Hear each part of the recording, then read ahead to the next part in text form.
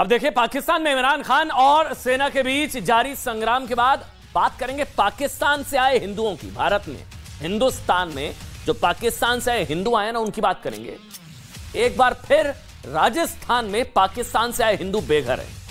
पाकिस्तान में अपनी दुर्दशा से परेशान होकर वहां से हिंदुओं के परिवारों ने इसी उम्मीद से भारत में आकर शरण ली थी कि यहां हिंदुस्तान में कम से कम हिंदुओं के साथ क्रूरता से आजादी मिल जाएगी और भारत में उनका अपना आशियाना होगा। हिंदुस्तान में कम से कम हिंदू सुरक्षित होंगे, यहां वो शांति के साथ रह सकेंगे।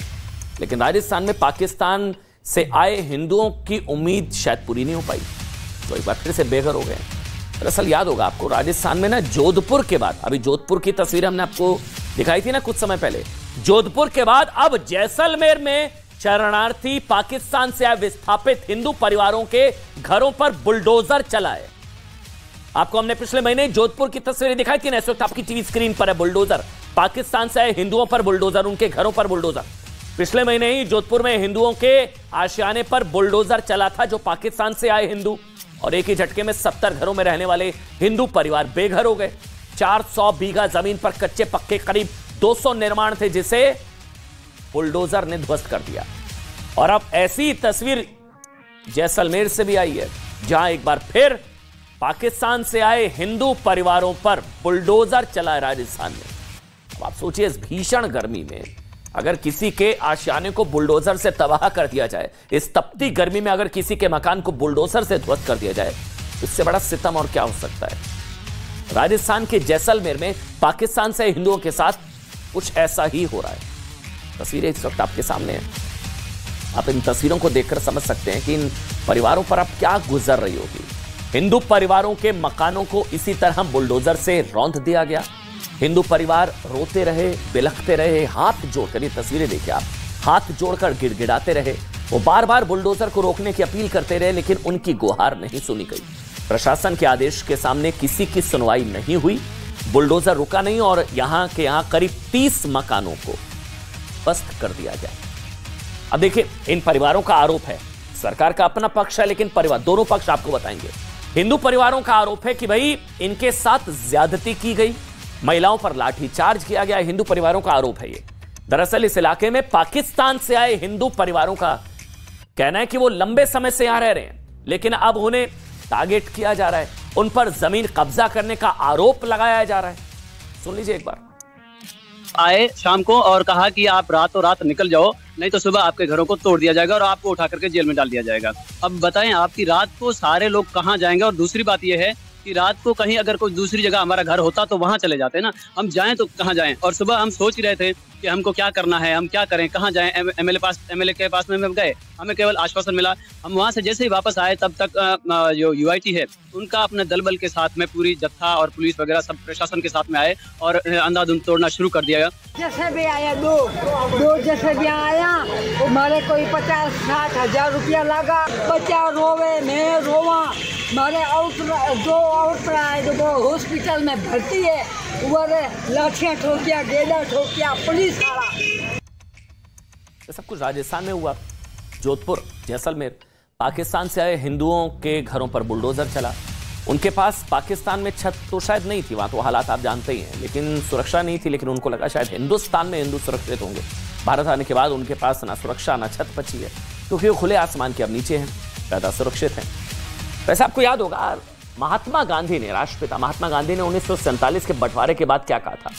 उन्होंने कहा था कि पाकिस्तान में रहने वाले हिंदू और सिख जब चाहें भारत आ सकते हैं। हिंदू और सिख, पाकिस्तान से आए हिंदू सिखों को नागरिकता देना, सुरक्षा देना और गौरव देना हमारा कर्तव्य है, यह महात्मा गांधी ने कहा था। लेकिन गांधी जी के विचारों के उलट राजस्थान में पाकिस्तानी हिंदुओं का ना सुरक्षा मिल रही है, ना गौरव मिल रहा है, घरों पर बुलडोजर चल रहा है। तो ये राजस्थान में 150 हिंदू परिवारों के लिए जमीन नहीं है, 150। जबकि ना आपको एक रिपोर्ट बताते हैं, गृह मंत्रालय की रिपोर्ट कहती है कि जबकि खुद राजस्थान पुलिस की एक रिपोर्ट में कहा गया था कि राजस्थान में 350 से ज्यादा रोहिंग्या सालों से अवैध रूप से रह रहे हैं। सुप्रीम कोर्ट में एक हलफनामे में गृह मंत्रालय ने कहा था कि राजस्थान के कई हिस्सों में घुसपैठिया रोहिंग्या रह रहे हैं।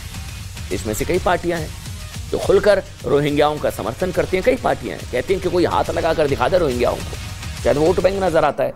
हिंदू वोट बैंक तो होता ही नहीं है। अफसोस इसी बात का है कि देश में एक ऐसी पार्टी नहीं है जो डंके की चोट पर इस मुद्दे को उठाए, जो कहे कि हिंदुओं को, पाकिस्तानी हिंदुओं को कोई हाथ तो लगाकर दिखाए। जैसे कहा जाता है कि रोहिंग्याओं को हाथ लगाकर, ये नहीं कहना तो कम से कम उनके समर्थन में कोई तो आए। पहले जोधपुर में पाकिस्तानी हिंदुओं पर बुलडोजर, फिर 20 दिन के अंदर ही जैसलमेर में पाकिस्तान से विस्थापित हिंदुओं के परिवारों पर बुलडोजर। प्रशासन के बुलडोजर एक्शन के बाद बेघर हुआ हिंदू परिवार फिलहाल धरने पर बैठा है।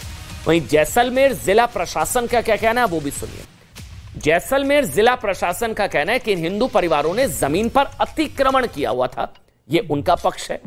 इसलिए स्थानीय लोगों की शिकायत के बाद, ये जैसलमेर जिला प्रशासन का कहना है कि स्थानीय लोगों ने शिकायत कर दी थी इनकी।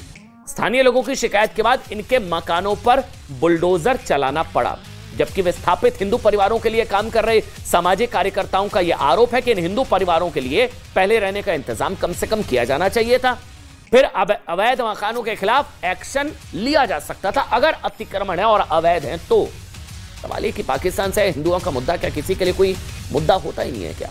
याद कीजिए ना, कुछ वक्त पहले उत्तराखंड के हल्द्वानी में जब धामी सरकार में रेलवे की जमीन से अतिक्रमण हटाने का फैसला हुआ था, अतिक्रमण, हाईकोर्ट के आदेश पर अतिक्रमण हटाया जा रहा था धामी सरकार में, तब कांग्रेस ने कहा था कि भले अतिक्रमण हो लेकिन ये मानवीय मुद्दा तो है ना भाई, कम से कम सालों से रह रहे लोगों को रातों रात नहीं हटाया जा सकता। याद है, कांग्रेस के नेता सलमान खुर्शीद सुप्रीम कोर्ट में पहुंच गए थे, पैरवी की थी, जिसके बाद सुप्रीम कोर्ट ने भी कहा कि लोगों को रातों रात नहीं हटाया जा सकता। अब इनके लिए कोई जाएगा सुप्रीम कोर्ट, इनकी कहीं सुनवाई होगी पाकिस्तान से हिंदुओं की, लेकिन पाकिस्तान से आए हिंदुओं के मामला किसी को मानवीय मुद्दा लग ही नहीं रहा है भाई।